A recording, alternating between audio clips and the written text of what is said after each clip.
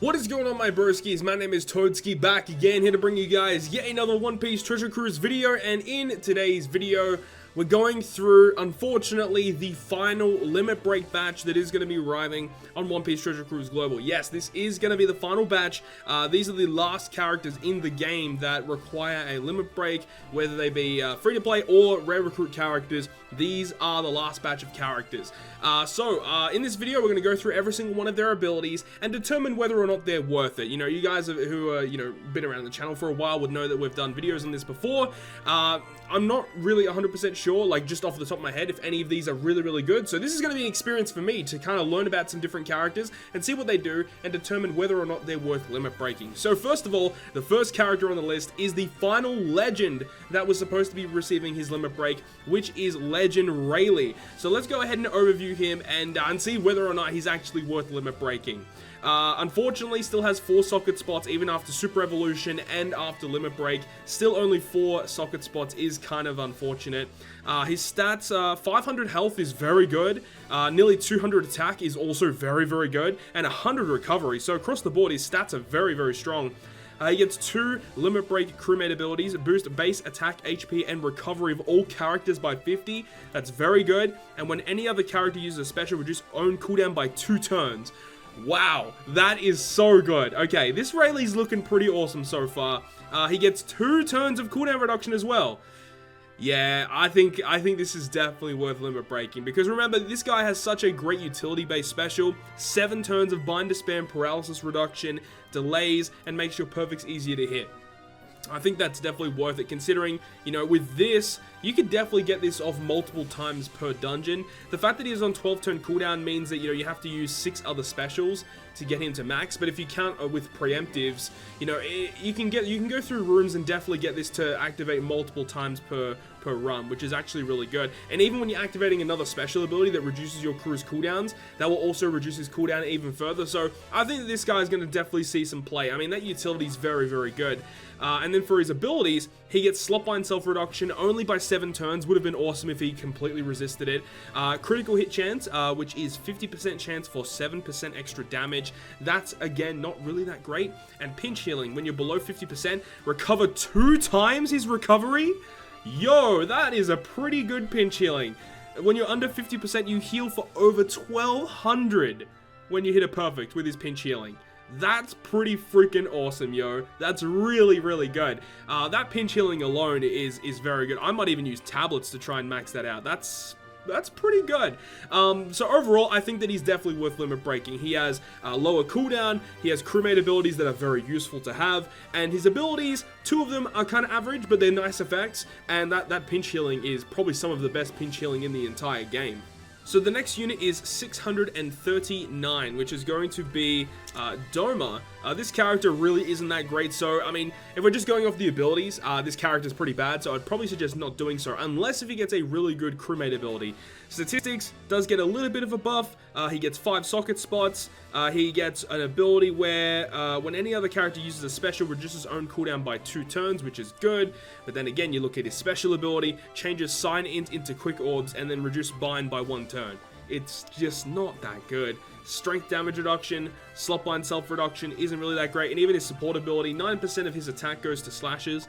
I mean, that's not terrible. That is not terrible if you just want to use it for a statistical increase. 9% isn't bad. But overall, like, he's just not a very good character, not really worth limit breaking at all.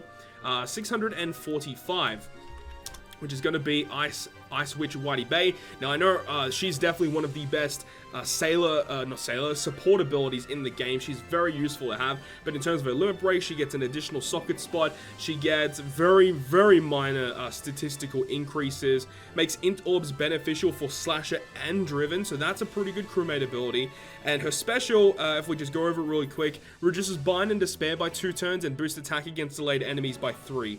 That's not terrible, but she doesn't really provide that much to your team. But I think that crewmate ability is quite good. For slasher teams, it's not bad. I mean, slashers are pretty bad on global as it is right now, so I don't really think you have to worry about it. And especially when we eventually do get the V2 Zoro and V2 Mihawk batch, like Zoro's crewmate ability already makes them beneficial, I believe. And you know, with Mihawk, with the way that he works, he makes Dex and Intos appear more often.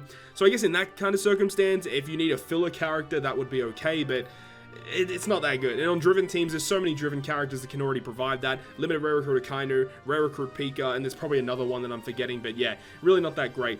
Side damage reduction and barrier penetration. That's weird she's got barrier penetration. I wouldn't have guessed that. But her support ability is really great, where when she's attached to a slasher unit and you use a special ability that removes Bind and Despair, she reduces it by a further 2 turns. So that's really, really nice to have.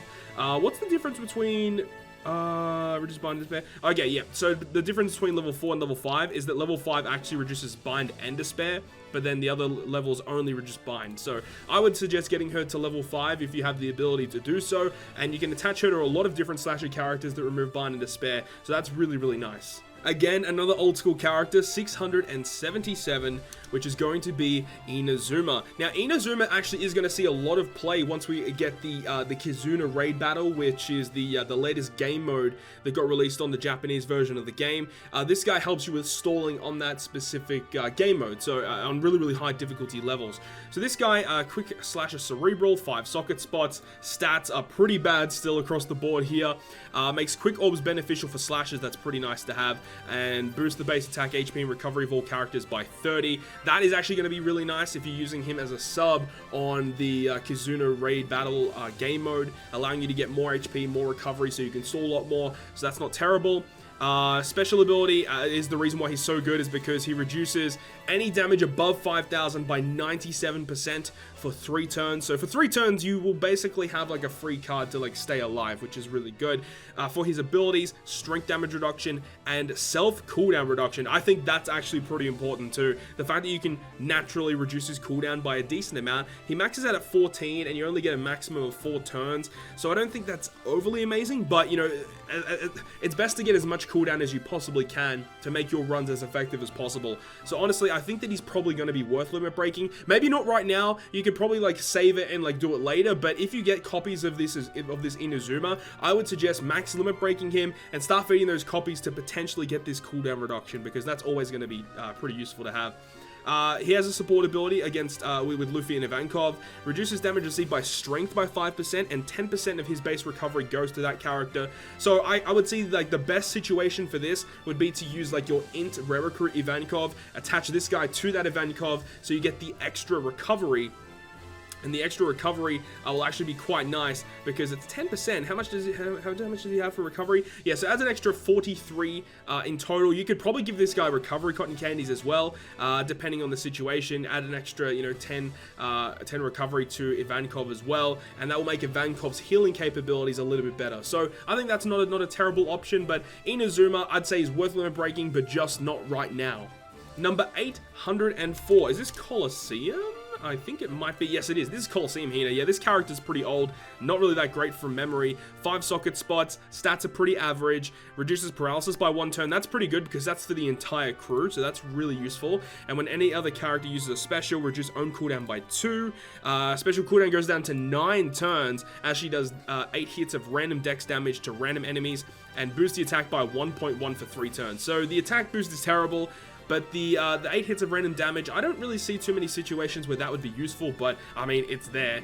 She has quick damage reduction and reduce no healing. Not that great. I would probably stay away from this one. It's just not a very useful character to own, really. What's after Hina? It is 833, which is going to be Wyper. This is Colosseum Wyper. Again, pretty old character. I've noticed that with this batch a lot. There's like not too many newer characters. There's mainly like a lot of the old school units. This guy gets 5 socket spots, which is good. Stats are pretty average. He will make strength levels beneficial for free spirit, which is okay, but not really that useful considering what he does. Boost attack of free spirit by 1.5 for 1 turn and deals 15 times his attack and strength damage to all enemies. 11 turn cooldown, where he gets enrage and dex damage reduction. he's just, again, just a character that's not really that useful to own. He's not going to help you clear content. Again, another character I think that you should probably steer clear of. 872 is going to be the quick rare recruit Sugar. Okay, I thought this character had a limit break already, but there we go. So let's see what this character does. So 5 socket spots, which is good. Remember, this is the character that if you use her special ability when an enemy's below 20%, it instantly knocks them out. So it's interesting to see what her abilities are going to be. So let's see, stats again, pretty awful, but she gets boost attack, HP, and recovery of free spirit and cerebral by 30, okay, and reduces paralysis by 1 turn, and again, that is for the entire team. That's always going to be a useful effect to have, but again, there aren't too many circumstances where you'd need to use a character like this. I feel like a character like Invasion Garp is just a much superior unit compared to this guy right here.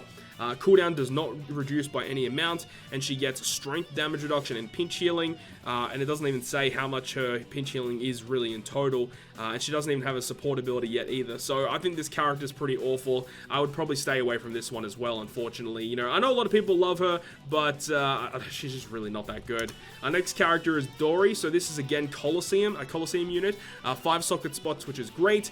Makes int beneficial for powerhouse, cannot be blown away. That's sort of useful, and that is pretty useful.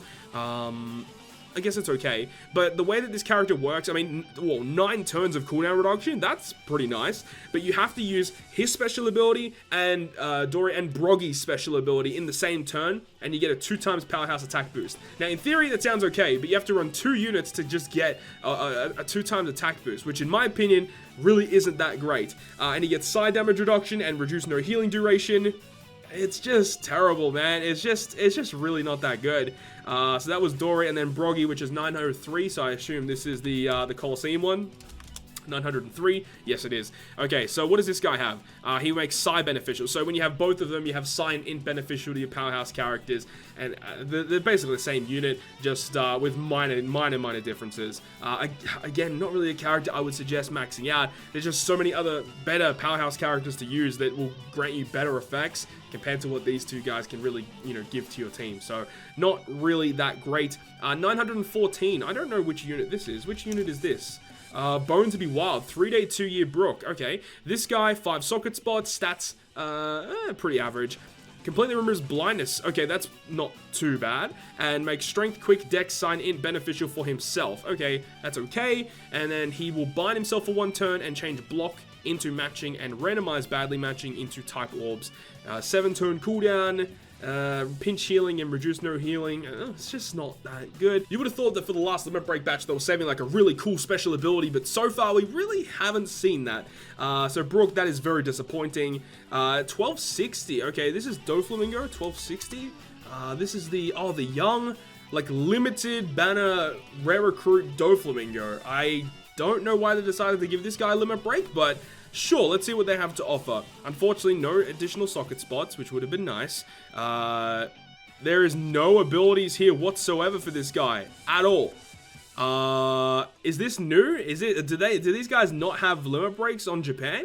Or are they just not put into the database yet? That's interesting. I might have to do a little bit of research about that, because according to this, they don't have limit breaks. So I'm going to do some research and see if I can find anything out. Okay, so after doing a little bit of research, I was actually able to find a Reddit post, actually. This is a new limit break. This came out 8 months ago. So this might have been a batch of limit breaks that Global might have just got later. But anyways, we have the info here. So the young Doflamingo, he gets 300 HP, 90 attack, and 35 recovery. He gets 3 turns of cooldown reduction, and he gets an additional socket spot. So we can actually go ahead over to the database, go back over to young Doflamingo, and just compare. So this means that he goes down to a 12-turn cooldown. He gets, how much additional attack was it? 90 additional attacks, so going up to over 1,500, just over 1,500. He gets a Sailor ability. Recovery and Tandem are going to be counted as beneficial for Driven, so that's really good, but he has the same issue that characters like Zoro have and Mihawk have, is the fact that on Driven-based teams, you typically want to be running like other Doflamingo characters, so he definitely has that same issue. That is a really great crewmate ability to have. for recovery and tandem, so 2 orbs on 1 character is fantastic for 1 class, but unfortunately he's just a Doflamingo character, and he also completely ignores special bind on himself, which is very good. His special ability does damage to all enemies, and then for 3 turns, he's a beneficial orb enabler for Driven, which is very, very good. He gets recovery bind and also slot bind reduction, so it's really, really nice, and that's actually not too bad. So if you have the character, I'd say it's not too bad, and it's probably worth doing, but again, he has the same issue that the other Doflamingo characters have. As for Senor Pink, he definitely does not have that issue. He gets 185 attack. Well, he has very, very low attack, so that makes a lot of sense. He gets 3 turns of cooldown reduction and an additional socket spot. So he goes up to 5, and he gets, was it 3 turns? 3 turns of cooldown reduction. He goes down to 7 turns, and he's a 1.5 times color affinity booster for Free Spirit and Shooter, so it's not terrible.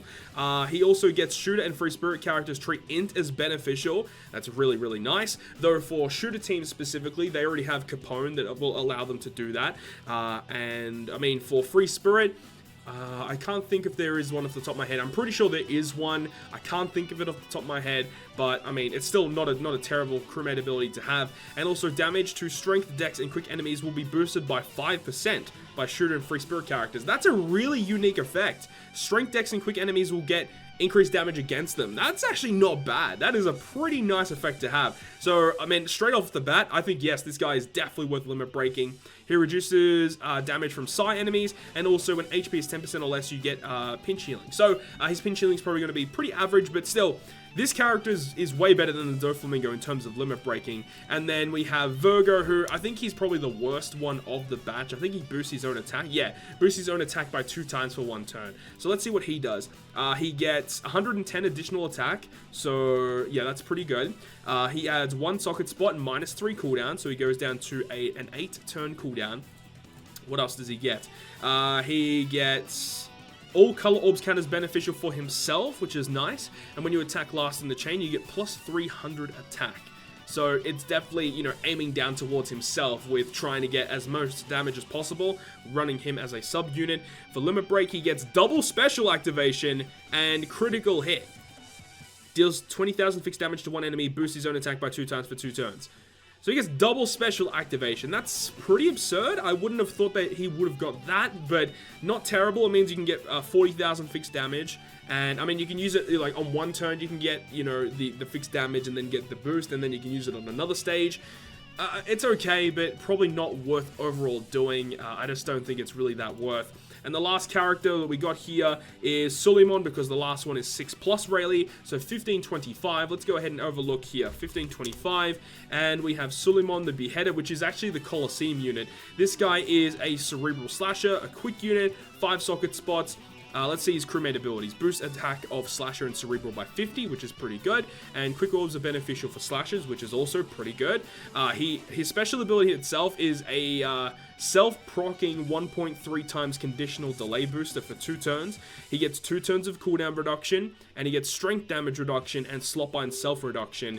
And he also has a support ability in the future attaching to Cavendish. Once per adventure, when the support character uses the special, boost attack against delayed enemies by 1.3. So it's pretty nice. You get a conditional boost without having to bring it on your team. You can just bring another unit that delays the enemy. So it's overall not like that bad. I mean, the thing about it is if you want to use like Cavendish for whatever reason, you could actually use Cavendish, attach this guy to him, and then because Cavendish boosts Strength, Dex, and Quick, and I'm talking about Legend Cavendish, that is, you could actually bring like Legend Usopp on your team, like 6+ Usopp, to get a guaranteed delay against the enemy, and that would actually be not a terrible sort of like thing that you could run. You could use like the Cavendish special, you get his boosts, you get the conditional boost, and then you use Usopp. So that's not bad to get all those different boosts just from like 2 characters and then a support character. Not terrible, but honestly, like, it's not amazing. It's not worth doing, and it's not a strategy that you really should be opting to go for. There are many other characters that just work better than what this can provide you.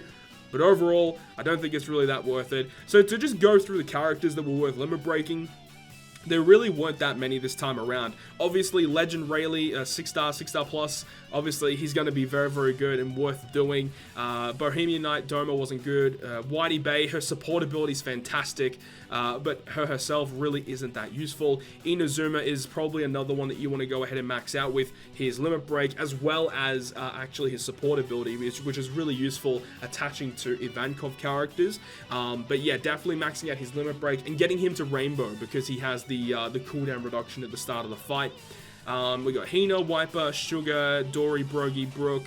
And then, I mean, you have these North Blue selection characters. I think Senor Pink is actually really, really strong. I would recommend maxing him out if you have him, because those Sailor effects are really useful. He gets cooldown reduction as well, an extra socket spot, and Suleiman is just kind of whatever. So that's it, guys. That's the full rundown of the brand new Limit Break batch. Hopefully you guys learned something here. If you guys did, make sure to go ahead and hit the like button, and if you want to stay up to date with all the content I post, including more One Piece Treasure Cruise content, make sure to hit the subscribe button down below. But other than that, guys, I'll see you guys within the next video.